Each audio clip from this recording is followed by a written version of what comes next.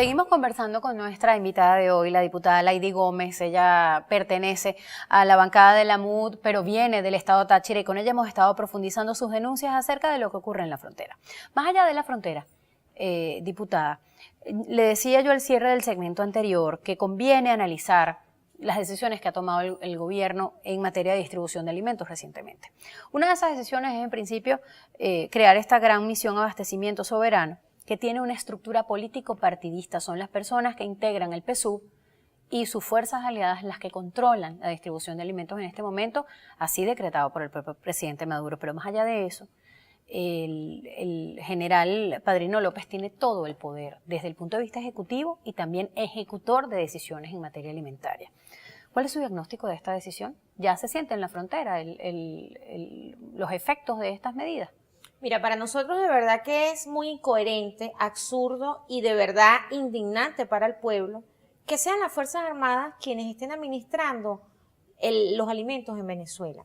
Nosotros desde la Comisión Especial de Fronteras, la cual vengo presidiendo desde el mes de enero, realizamos un trabajo de investigación en todos los municipios que fueron objeto de cierre de frontera. Particularmente fuimos a Paraguachón en el Zulia, fuimos al Amparo y a Guasdualito en Apure. En el Táchira recorrimos toda la zona fronteriza y fuimos al Amazonas también. De estas visitas, de estos trabajos de campo, de investigación, el denominador común que se recibía en las denuncias era la denuncia frente al funcionario de las Fuerzas Armadas que, bajo su mirada complaciente y en complicidad, permitía el contrabando por las trochas de la frontera venezolana.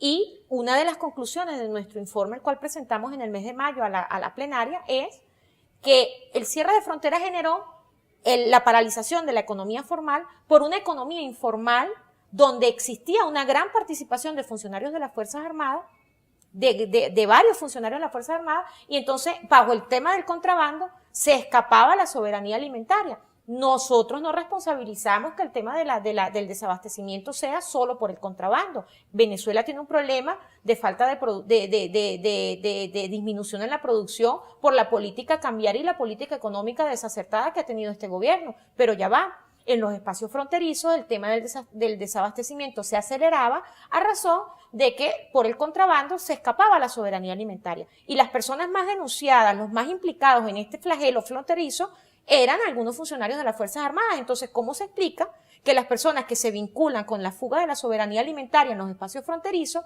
hoy sean los que administran los alimentos de los venezolanos? ¿Qué coherencia existe en ese planteamiento? Como decían en el ardor popular las abuelas, pareciera que se estuviera colocando a los zamuros a cuidar carne.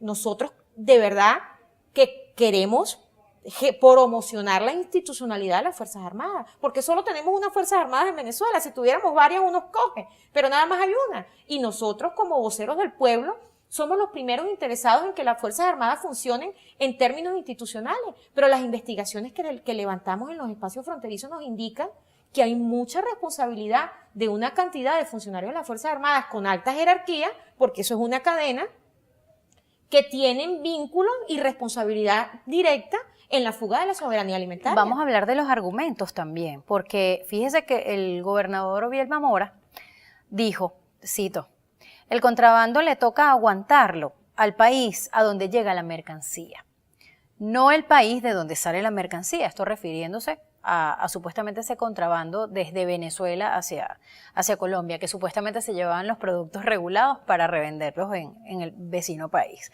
Dice, yo he metido presos a 76 militares, desde el grado de sargentos hasta tenientes coroneles, por soborno, actos de corrupción y contrabando en la frontera. Asegura de esa manera que con el cierre de la frontera se disminuyó en 85% el contrabando de combustible y en 70% el de alimentos y otros productos. Eso es algo totalmente falso y lo evidenciamos en el informe de frontera que presentamos en mayo a la plenaria.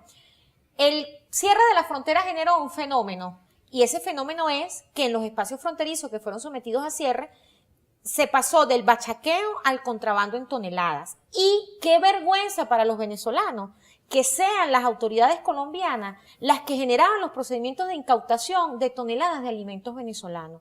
Yo puedo hablar de 500 toneladas de carne, de 480 kilos de leche Mercal, de la leche que se distribuye a través de la red de Mercal, puedo hablar de 400 toneladas de pollo, puedo hablar de azúcar, de arroz, que de manera permanente incautaba la policía, la DIAN, las autoridades colombianas en suelo venezolano, en suelo colombiano, productos venezolanos. Eso desvirtúa y demuestra que el gobernador del Táchira está mintiendo. Además, que a través de la prensa colombiana, en programas de investigación, se le ha venido vinculando a través de declaraciones de personas que son investigadas por el tema del contrabando al gobernador del estado Táchira como copartícipe del delito del contrabando en la frontera del Táchira. No lo digo yo, lo dicen los programas de investigación de la prensa colombiana que han demostrado declaraciones de personas vinculadas con el contrabando que vinculan al gobernador Vilma Mora. Entonces, de verdad que es inconsistente. Primero, darle la administración de los alimentos de los venezolanos a las Fuerzas Armadas. Las Fuerzas Armadas son los garantes de la soberanía nacional. Además, Padrino López lo dijo en el momento que lo designaron. El militarismo en espacios que no son para tener militarismo, a él le incomodan. Él lo dijo, yo lo vi en la locución presidencial. Entonces, ¿por qué incluir el militarismo en la distribución de alimentos de los venezolanos cuando perfectamente en este país existen capacidades industriales para poder producir para los venezolanos? Lo que pasa es que el gobierno maneja una política cambiaria muy contaminada, una política cambiaria que no le permite ahorita a la empresa a los empresarios adquirir materia prima para producir, y te puedo poner un ejemplo. Lácteos Los Andes fue expropiada bajo el gobierno de la Revolución cuando el presidente Hugo Rafael Chávez Frías todavía vivía. Y Lácteos Los Andes, para el momento que se expropió, que es una empresa que distribuye queso, yogures, leche, bebidas. Una empresa de lácteos, una empresa de bebidas lácteas para los niños. Esa empresa, en el momento que fue expropiada, tenía una producción del 97%. Y hoy, años después, esa empresa no tiene una producción superior al 17%. Eso es lo que ha venido sucediendo con todas las empresas que el gobierno ha expropiado. Y esa es una de las razones por las cuales hoy los anaqueles de los supermercados venezolanos están desabastecidos. Porque la política del gobierno de expropiar, de administrar las divisas para sus amigos y para sus compadres, y de además extraer las divisas venezolanas que pudieron haber generado buenos contratos petroleros, quedaron en altas comisiones, que todavía no se sabe qué ha pasado con las malas contrataciones de PDVSA, donde se fugaron miles de dólares que hoy le hacen falta a la empresa venezolana para poder importar materia prima y poder llenar los supermercados venezolanos de productos de la cesta básica.